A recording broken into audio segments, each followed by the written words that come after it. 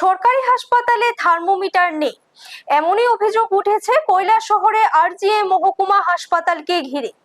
জ্বরাক্রান্ত এক 11 মাসের শিশুকে ভর্তি করার পর তার শরীরে তাপমাত্রা মাপার জন্য হাসপাতালের কাছে থার্মোমিটার না থাকায় রাত প্রায় 1টার সময় রোগীর পরিবারের সদস্যরাই বাইরে থেকে থার্মোমিটার কিনে আনতে হয় বলে অভিযোগ অনুযায়ী চণ্ডীপুর বিধানসভার 3 নম্বর ওয়ার্ডের বাসিন্দা শিপ্রা শুক্লা বৈদ্য তার 11 মাসের জ্বরাক্রান্ত নাতিকে হাসপাতালে ভর্তি করান।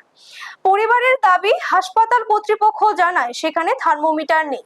পরে পরিবারের সদস্যরা বাইরে থেকে থার্মোমিটার কিনে আনলে সেই থার্মোমিটার দিয়ে শিশুটির জ্বর মাপা হয়।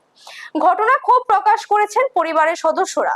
তাদের বক্তব্য, একটি সরকারি হাসপাতালে যদি থার্মোমিটারের মতো ন্যূনতম চিকিৎসা সরঞ্জাম না থাকে তবে সাধারণ মানুষের চিকিৎসা পরিষেবা নিয়ে প্রশ্ন ওঠা স্বাভাবিক।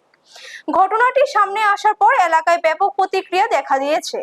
স্থানীয়দের দাবি, বিষয়টি তদন্ত করে সরকারি হাসপাতালগুলিতে ন্যূনতম চিকিৎসা সরঞ্জাম নিশ্চিত করতে স্বাস্থ্য দপ্তর দ্রুত প্রয়োজনীয় ব্যবস্থা গ্রহণ করুক। ব্যুরো রিপোর্ট, নিউজ তৎকাল 24। কিতা নাম কোন জায়গা আপনার?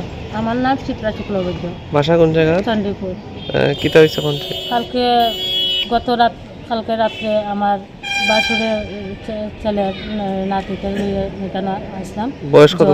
তার 11 মাস বয়স। তো আজকে 4-5 দিন ধরে তার জ্বর যেমন ওষুধ খাওয়ালে পরে জ্বরটা মানে কমে যায়, তারপরে আবার জ্বরটা উঠে।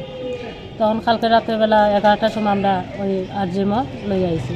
তারপরে ভর্তি দেখানো হয়েছে, আরজিএমও ইমার্জেন্সি দেখানো হয়েছে, দেখানোর পরে ভর্তি করা হয়েছে। ভর্তি হওয়ার পরে কইছে ঠিক আছে যাও রুম। আমরা গেছি, এখানেও যাওয়ার পরে তারা সিট নাই, কইছে নিচে। আমরা কইছে আমরা নিচে রাখতাম না, বাচ্চা ছোটো বাচ্চা এত জ্বর, আমরা নিচে রাখতাম না। তো তারপরে একটা সিট একটা দিছে তারা খালি করিয়া দেওয়ার পরে এখন তারা স্যালাইন ইঞ্জেকশন লেখা দিছে, তার ইঞ্জেকশন দিয়ে তারা দিছে।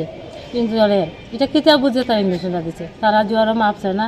কত মিটার তারা জ্বর আছে এটা তার মিটার তার কাছে নাই। আমরা কইছে থার্মোমিটারটা গ্যাস ডিস্ট্রিক্ট থেকে আমরা এটা কিনে আনতাম।